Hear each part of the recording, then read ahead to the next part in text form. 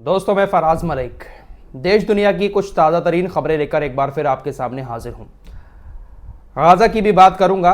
एक बहुत बड़ी हथियारों की डील इजराइल ने अमेरिका के साथ की है।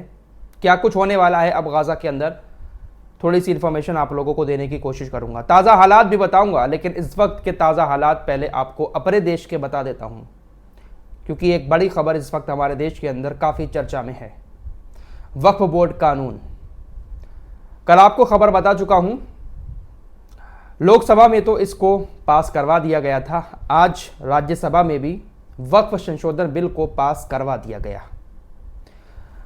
128 वोट इसके पक्ष में पड़े, 95 वोट इसके खिलाफ पड़े, जिसकी वजह से राज्यसभा में भी वक्फ संशोधन बिल पास हो गया। अब सिर्फ एक कदम की दूरी है और उसके बाद पूरे देश के अंदर यह कानून लागू हो जाएगा। राष्ट्रपति के पास अब इसको भेज दिया गया है। राष्ट्रपति इसकी मंजूरी देंगे और उसके बाद फिर पूरे देश के अंदर इस कानून को कानूनी शक्ल में लागू कर दिया जाएगा। फिर ये अधिकार होगा सभी राज्य की सरकारों के पास, डीएम साहब के पास, कि वो वक्फ बोर्ड की ज़मीनों को ठीक से जांच कराकर अगर कहीं अवैध तरीके से सरकारी ज़मीनों पर कब्जा किया गया है तो उनको आज़ाद कराएं। और इसकी शुरुआत उत्तर प्रदेश के अंदर सबसे पहले हो सकती है, क्योंकि योगी आदित्यनाथ ने, जो उत्तर प्रदेश के मुख्यमंत्री हैं, उन्होंने सभी जिला अधिकारियों को इस बात के आदेश दे दिए हैं कि वो ज़मीनों की जांच करें। योगी सरकार ने वक्फ बोर्ड द्वारा अवैध रूप से घोषित संपत्तियों के खिलाफ सख्त कार्रवाई शुरू करने की इजाज़त दे दी है। सरकार ने सभी जिला अधिकारियों को आदेश दिया है कि वो अभियान चलाकर ऐसी संपत्तियों की पहचान करें जिन्हें नियमों के विरुद्ध वक्फ घोषित किया गया है। इसमें तालाब, पोखर, खलियान और ग्राम समाज की जमीनें शामिल हैं जिन्हें सरकार अवैध मान रही है। अधिकारियों का मानना है कि सार्वजनिक संपत्तियों को वक्फ में शामिल नहीं किया जा सकता। सिर्फ वो संपत्तियां वक्फ मानी जाएंगी जिन्हें किसी इंसान ने साफ तरीके से दान किया हो। वहीं यूपी सरकार ने वक्फ की संपत्तियों में भयंकर गड़बड़ी पाई है। यूपी सरकार का कहना है कि सरकारी आंकड़ों में केवल 2963 शिया और सुन्नी दोनों वक्फ बोर्डों को मिलाकर इतनी संपत्तियां हैं, 2963, लेकिन इससे कहीं दोगुनी संपत्ति वक्फ के इस वक्त कब्जे में है। साफ तौर पर आप लोग समझ सकते हैं, ज्यादा कुछ कहने की जरूरत तो है नहीं। वक्फ के अंडर में जो संपत्तियां सरकार की नजर में है, सरकारी आंकड़ों में हैं, सिर्फ शायद वही बचेंगी। बाकी जो सरकार कह रही है ना कि अवैध कब्जा कर रखा है सरकारी जमीनों पर, वक्फ कर रखा है उसको, उनको शायद अब सरकार अपने कब्जे में ले लेगी। यूपी सरकार का ऐसा मानना है कि शिया वक्फ बोर्ड और सुन्नी वक्फ बोर्ड दोनों की मिलाकर उत्तर प्रदेश के अंदर 2963 सरकारी आंकड़ों में वक्फ की संपत्तियां हैं, लेकिन इससे कहीं ज्यादा दुगनी इस वक्त वक्फ के पास है। तो सब कुछ होगा।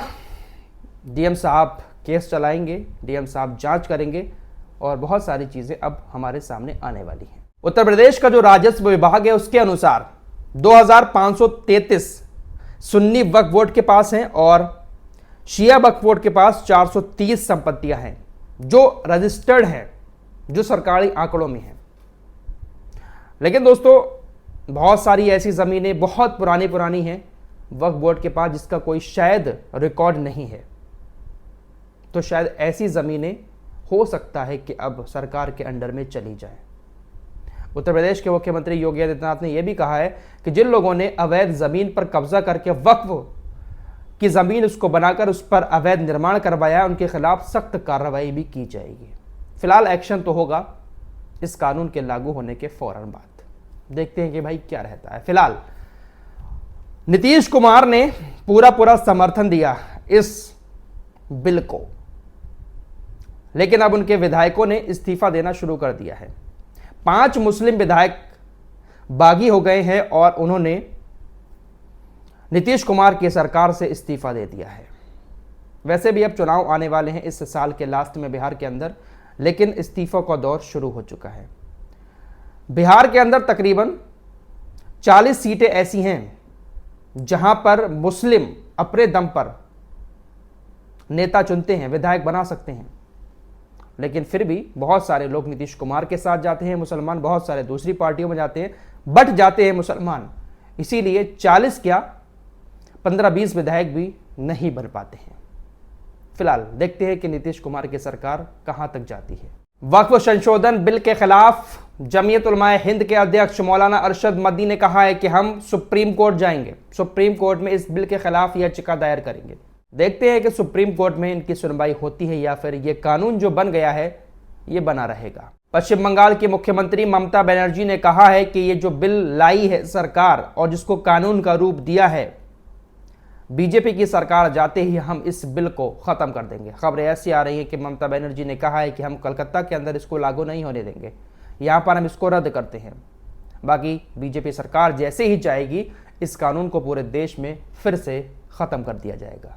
दोस्तों, आपकी स्क्रीन पर ये जो 2 चेहरे नजर आ रहे हैं, इनका ताल्लुक अजमेर शरीफ दरगाह से है, जहां एक तरफ भारत के सभी मुस्लिम संगठन इस बिल के खिलाफ बात कर रहे हैं, इस बिल को खत्म करने की मांग कर रहे हैं। इसी बीच आपकी स्क्रीन पर ये जो 2 चेहरे नजर आ रहे हैं, ये एक हैं अजमेर दरगाह के खादिम और चिश्ती फाउंडेशन के संस्थापक सलमान चिश्ती, और दूसरे हैं अजमेर दरगाह दीवान के बेटे सैयद नसीरुद्दीन।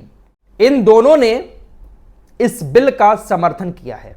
इन दोनों ने इस वक्फ संशोधन कानून को प्रगतिशील बताया है और इसका खुलकर समर्थन किया है, जिसके बाद राजस्थान और देश भर के कई सारे मुस्लिम संगठनों ने, मुस्लिम नेताओं ने इन दोनों से दूरी बनाने की अपील की है।